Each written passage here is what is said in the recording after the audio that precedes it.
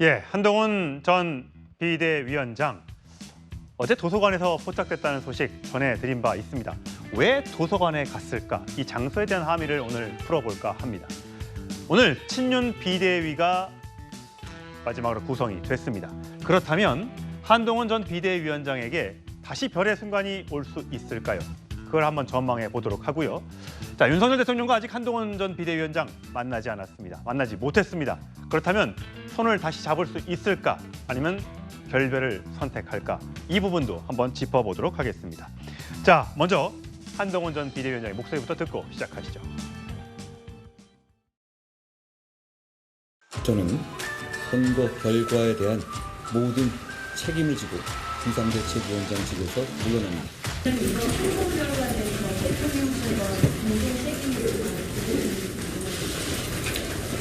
제 책임입니다.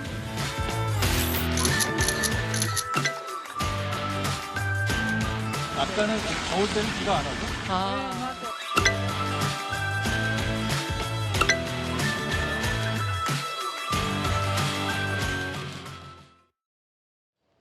예, 어제 도서관에서 책을 읽으면서 커피를 마시는 모습, 시민 요청에 셀카도 같이 찍어주고 이렇게 친필로 사인도 해주고 이런 장면들이 어제 줄줄이 SNS상에서 또 블로그에서 올라오고 있습니다. 자, 최소연 평론가. 네.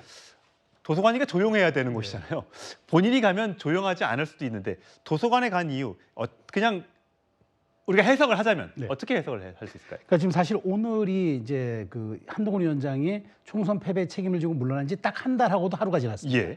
그러니까 이제는 대중의 궁금증이 있을 때도 됐죠. 그래서 측면에서 하나하나 지금 그 동선이 확인되고 그다음에 목격담들이 나오는 거는 한동훈 위원장이 저는 기지개를 켜고 있다는 정치적 신호의 재개로 봐야 한다는 게 저는 맞다고 생각합니다. 예. 다만 이제 도서관을 택하는 그러니까 장소의 정치학이라는 게 있지 않겠습니까?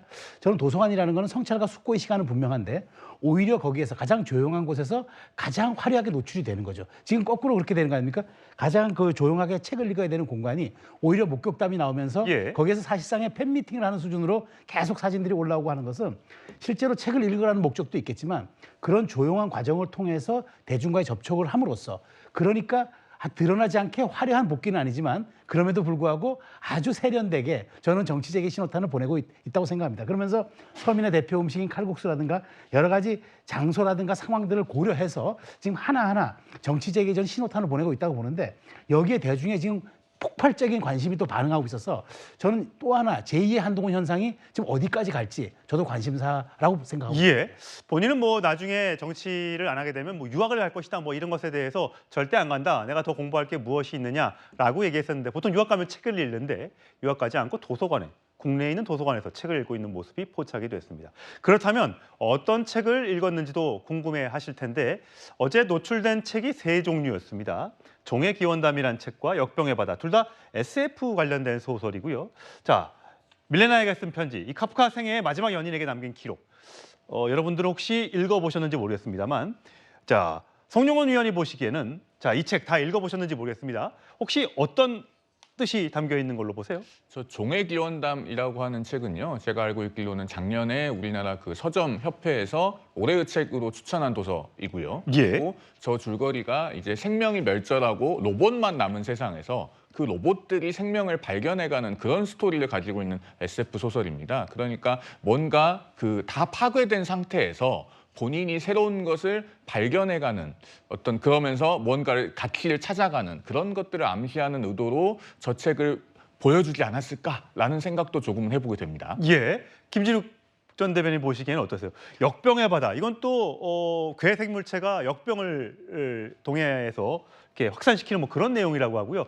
보통 평범하게 잘 읽지는 않는 책 같은데 뭐 역병의 바다는 보니까 두껍지는 않습니다. 금방 읽을 수 있을 것 같고요. 그 저게 지금 어제 이제 세 권을 꺼내 들었는데 그 중에 두 권이 SF 소설이고요. 나머지 한 권이 약간 그 문학 예. 서적인데 종류가 다른 부분을 이렇게 꺼내놓은 걸 보면 뭔가 대단히 많은 분야에 관심이 있다라는 걸 우회적으로 얘기를 좀 하고 싶었던 것 같고요. 예. 특히 종의 기원담이나 역병의 바다 같은 경우는 저것은 정치적으로도 만약에 해석을 한다면 물론 이제 그 소설입니다만 예. 정치적으로 해석을 해본다면 뭔가 그 다 없어진 상황에서 새롭게 새롭게 시작하고 새롭게 뭔가를 찾아내는 그런 상황의 SF 소설이란 말이에요. 아, 사람이 없어지고 로봇이 지배하는 세상, 또 역병이 창궐하면서 사람들이 죽어가는 뭐 이런 것에 그 상황에서 새로운 희망을 찾아내는 예. 그런 것들이 저 책의 주제라고 본다면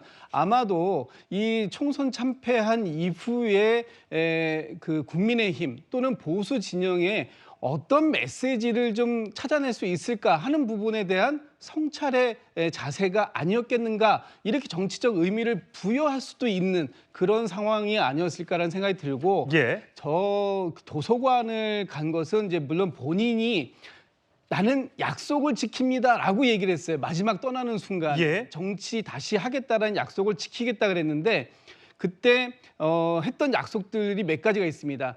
성찰하겠습니다. 그리고 숙고의 시간을 갖겠습니다. 더 성숙하겠습니다. 이런 것들이었는데 어제 도서관을 간 것은 며칠 전에 이제 사람들을 만났을 때 어떻게 지내십니까? 라고 물어봤더니 도서관에도 가고요 라고 했거든요. 아. 그러니까 뭔가 자기의 얘기에 일관성이 있다. 그리고 그것들이 지금 나는 하나씩 차츰차츰 준비해가고 있다. 쌓아가고 있다. 뭐 이런 느낌을 줄 수 있는, 그렇게 해석도 가능한 그런 상황이었다라고 예. 보여집니다. 예, 지금 뭐 해석은 시청자 여러분들께서 동의하실지 모르겠습니다만 정치인의 일거수일투족이 관심을 받고 해석의 여지가 있다는 건 뭐 여러분들도 아실 테니까 생각은 자유라는 점 말씀을 드리면서요. 한동훈 전 비대위원장이 거의 이제 한 달 넘게 그러니까 공식적인 활동을 하지 않고 있는데도 불구하고 정작 국민의힘 안팎에서 정치권에서 여러 얘기들이 나오고 있습니다. 이런 분석도 있습니다. 들어보시죠. 한동훈 위원장의 의지와 관계없이 자꾸만 이 언론과 대중들이 한동훈 위원장을 소환해내는 과정들에 놓여 있는 게 아닌가. 국민의힘이 혁신 드라이브가 막 걸어요. 윤석열 정부가 대통령실 이렇게 바꾸네? 민정수석의 검사 출신이 아니라 생각지도 못했던 사람이 막 들어옵니다. 한동훈 위원장 뉴스 쓸 공간이 없어요. 그렇죠. 근데 지금은 아무것도 변화하고 혁신하는 느낌이 없으니까 이대로 갔다 정말 큰일 나겠는데 라면서 다시 한동훈을 소환하는 거죠.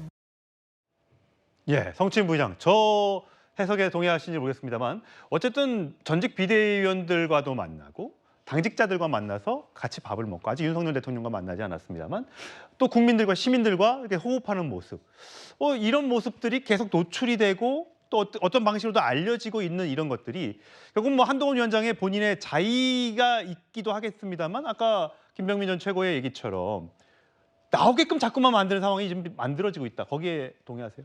저는 100% 동의합니다. 자의가 섞이지 않았기 때문에 오히려 좀 자연스럽게 노출이 되고 있고 그것이 한동훈 위원장을 돋보이게 하는 효과까지 이어지고 있다. 만약에 본인이 좀 의도해서 전략적으로 저런 모습을 보였다면 오히려 대중들이 좋게 받아들이지 않았을 것 같습니다. 근데 하나 본인은 잊혀지겠다고는 하지 않았지만 자맹하겠다. 사실상 자맹의 행보를 이어왔는데 사실상 지금 그 한동훈 위원장을 이렇게 뉴스의 중심으로 끌어내는 거는 한동훈 전 위원장을 견제하는 세력들이라고 보거든요. 계속해서 한동훈 전 위원장을 비판하고 총선의 책임은 사실상 한동훈 전 위원장이 다 지고 있다. 이런 식으로 비판했던 세력들이 한동훈 전 위원장을 이렇게 이슈의 중심으로 이끌고 있다고 생각을 하고요. 저는 김병민 전 최고가 말한 것이 아주 정확한 분석이라고 봅니다. 만약에 윤석열 대통령이 국정 운영의 방향을 바꾸고 총선의 민의를 받아들이고 뭔가 변화된 모습을 보였다면 보수 진영의 지지자들도 그렇고 중도 진영의 지지자들도 그렇고 한동훈 전 위원장의 필요성을 못 느꼈을 거라 생각합니다. 하지만 지금 아무런 변화를 보이지 못하고 있고 지금 야당 192석에 달하는 범야권 의석을 봤을 때 이대로 가면 무기력하게 아마 민주진영에 밀릴 것으로 보이는데 그럼 한동훈 전 위원장이라도 나와서 뭔가 역할을 해줘야 되는 것 아니냐.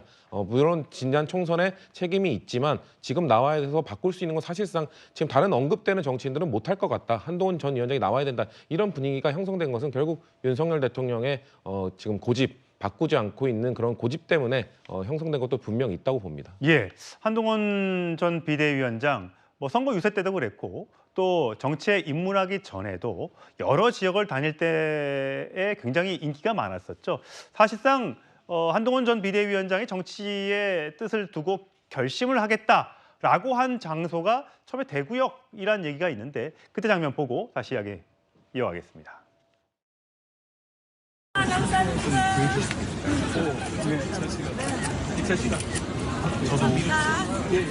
영광입니다. 이제 진짜 마무리하겠습니다. 네. 실시간입니다. 실시간. 2시간 넘게 해가지고 배가 너무 큰 것 같아요. 고맙습니다. 뭐 타고 가세요? 기차 안 타요? 네, 기차 타고 가요. 기차를 못 쳐가지고요. 네, 다시. 예, 동대구역에서 기차표를 취소하고 시민들과 사진을 찍는 모습, 그리고 그 다음 달에 비대위원장이 취임을 하고 그다음에 비대위원장을 한 달 전에 사퇴를 한 뒤에 여러 곳에서 목격담이 올라오고 있는데 과연 앞으로 복귀를 하게 됐다면 어떤 모습으로 언제쯤 다시 정치권에 돌아오게 될지 굉장히 관심이 갑니다. 뭐 사실 최근에 여기 말고도 일정에서 칼국수 먹는 사진도 뭐 공개가 됐던데, 그리고 햄버거집 앞을 지나가는, 햄버거집 들어간 것도 아니고 지나가는 뒷모습이 막 찍히기도 했었는데 사람들 참 잘도 알아보더라고요. 한동훈 위원장이 정치 셀럽은 분명합니다. 특히나 지난 한 달간, 그러니까 총선 국면에서 보여줬던 그 말하자면 인기는 사실 웬만한 사실 그 중년 아이돌의 모습을 보여줘가지고 저는 저런 인기가 지금 위드훈이라는 본인의 팬카페가 거의 5만 명 가까이 육박하지 않습니까? 예. 이제는? 원래 어떤 정치인이 무대 뒤로 물러나 버리면은 그 약간 열기와 그 말하자면 좋아하는 그 속도도 약간 식기 마련인데 오히려 한동훈 위원장의 시간은 거꾸로 가고 있는 것 같아요. 그래서 저는 이제 많은 분들이 궁금해하지 않습니까? 한동훈 위원장에게 다시 별의 시간이 오냐 마냐 얘기하는데 우리가 이렇게 얘기하잖아요. 우리가 가장 밝은 별을 보려면 어디로 가야 합니까? 가장 깊은 어둠 속으로 들어가야 가장 밝은 별빛을 볼 수가 있습니다. 그 역설처럼 한동훈 위원장의 저 자맹과 숙고의 시간이 저는 언제 빛을 볼지 모르겠으나 여권의 특히나 대통령의 어떤 그런 지금 국정 운영에 대한 그 지지율 퍼센테지와 그다음에 국민의힘의 혁신 속도가 한동훈 위원장의 그 소환을 점점 부추길 수도 있다. 지금 특히나 전대 룰 때문이기도 하지만 전대 시기가 조금 더 늦춰지냐에 따라서 지금 한동훈 위원장의 열기가 굉장히 달아오르고 있는 건 뭐냐면 실제적으로 한동훈 위원장이 빠진 전대라면은 그거는 열기 빠진 용광로라는 생각을 갖는 것 같아요. 그런 측면에서 저는 한동훈 위원장의 저 지금 갖고 있는 저 셀럽 문화가 과연 한동훈 위원장의 최후 종착지에 어떤 그 순기능으로 정착을 할지 참 흥미진진하게 진행되고 있다고 봅니다. 예.